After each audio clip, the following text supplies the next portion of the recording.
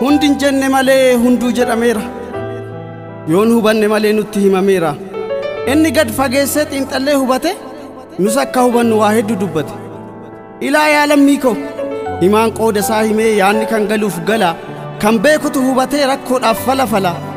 Abdiin dukkana saaqee obsatti gargaarame kan darbe irraa baratee isa boruuf qaroome dogongora kaleessaa beekee irraa barataa yoo qoreen isa dirtes qoreedhumaan baafata. Isa kaleessaa dhiisee isa boruu akeekaa daandii galma isa geessu isumaaf isa beeka. Isa xiinxallaan jedhe yoo sirritti hubate kan barfates ni ga'a iddoo ga'uuf kutate. Duraa wal dhageeffachuu bu'aa isaa argine osoo yandoon nuree butabba hedduu darbine. Booda garuu wal dhageeffachuun hafnaan dubbiin fuggisoo taate ol baanee gad deebine miilli nuu mucucaate. Mucuca'oota adaammii agamsa hadhaa qore kan shimbirti facaaste qe'ee keenyatti tolore. Waraanee summii naqee jabaa jilba naaffisee meeqatu kufee cabe inni mucucaachise. Iddoo ba'ee fanqatee mul'ataaf kaayyoo isa kufee cabee naafatee daandii maddiirra ciise. Iyyi isaan dhaga'amu waamus eenyu tawwaata maraatee jira jedhaa hunduu qubatti laata. Garuu kanaaf hin turre harmeen dhaltee guddifte kan gadaamessa baattee dhaltee lubbuutti horte. Beelaaf dheebus obsitee rakkattus hunda baata sabbata dachaa martee marrumaan guduunfata. Boru hara galfadhaaf dafqate xururrattee dhiigatti gumaachitee ilmoo dhaltee guddifte. Garuu dubbiin hin taane akka ishiin abdatte dhiigaaf dafqa lolaafteef gatiin ishiin argatte. Abdii egeree ishii harkarra marsitee barnootaaf manaa baaste gaafa haleellaa harka diinaanii boombiin sammuu facaaste. Wayyoo yaa garaa dhalaa wayyoo yaa garaa dhalaa wayyoo yaa garaa dhalaa sagal gara gaggale gadaamessi baqaqee miixatee ilmoo dhale. Ijji imimmaan roobsaa imimmaan dhama dhiigaa ardiif samii wallaaltee gamaa gamana fiigaa. Maal si godhe yaa Waaqi jettee uumaa gaafattee eega kannaan tiksinee dura maaf natti laatte. Atis akkuma namaa kan kennite gaabbita isa qabuun muchoomtee kan rakkate jibbita jettee boottee maraattee imimmaan dhama dhiigaa laphee ishiirra lolaaste. Silaa bootteen galchitu ilmoo duuta harkaa fuute osoo dhaabbattee deemtuu ishiinis jiruu duute. Kana arguu naa badu wanna argutti hin tolle ijji koo argee aare sagalee gadi qabee garraamummaa abaare. Gaarummaan haa rakkatu inni harmee rakkise kabajni haa salphatu kan diina nu moosise. Obsis obsa fixatee ofii isaatti haa gaddu kan hamaa nu moosise garraamummaan haa baddu. Meetiree bu'aan isaa gaarummaan bara dheeraa seenaaf safuun tiksite inni alagaan sooraa keenya immoo xanneessite. Dhugaa fi garraamummaan mana keetti walore rakkataan rakkoo baastee xannaan sirra moore. Meetiree bu'aan isaa wareega aarsaa ormaaf ilmaan itti kaffalte caba ormaa fayyisuuf ofi cabdee okkolte.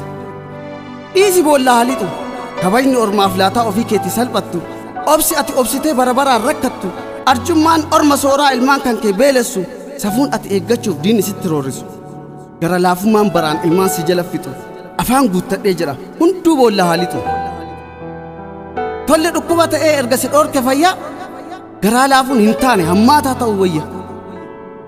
Garraamummaan nu biitee jilbi keenya naafatee miidhamnee duriin irraa imala dur eegalle hadhas daandiirra jirra.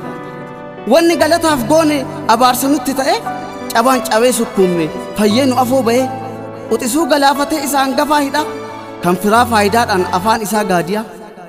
Diina qarqara taa'ee rakkina nutti malu keenya kan rakkoo baatee qabatee nutti hin galu. Ajaa'iba!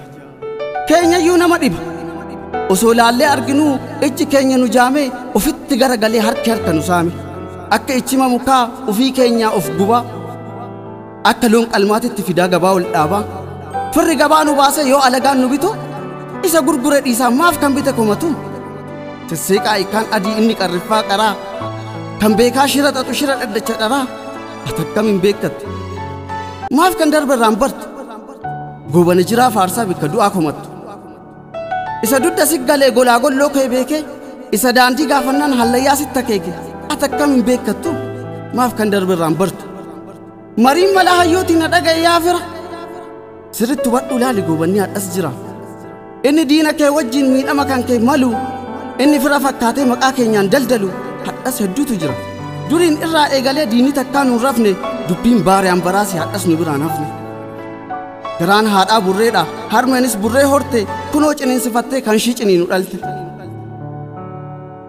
dubbachuuttis hin tolu callisuunis nuun taane hibboo deebii wallaallee biyya alagaaf laanne galma tokkicha faarsaa imaluuf walii yaane tokkummaan nu baqatee maaf yaadan gargar baane anaa wanni naan galle dubbiin bitaa nattaate warra osoo hordofnu ijatti nu dachaate warri bara dheengaddaa lammiif sagalee ta'e kophaa bilisoome moo deemee galma san gahe anaaf bitaa natta'e meenatti miyaa fira waan nu jalaa dhokate isaaniif ife jira warri wareega faarsu akkam du'a sodaate moo hidhaa fi ajjechatu oromurraa dhaabbate biyyi waan hedduu jedhaa quba isaanitti akeeku wanna isaan ukkaamsa rabbiin guddaan haa beeku nu garuu abdiin kun halkan dukkanaa'ullee ifa boruu abjonna namarraa abdii kunnusse rabbirraa waa eegganne kan ciisu kufeen cabu kan hores mudaan dhabu hunda beekuu dhabullee garuu hundan wallaalu fixee dubbachuu baadhus garuu dhugaan awwaalu na dhagaye yaa harmee too haadha firaa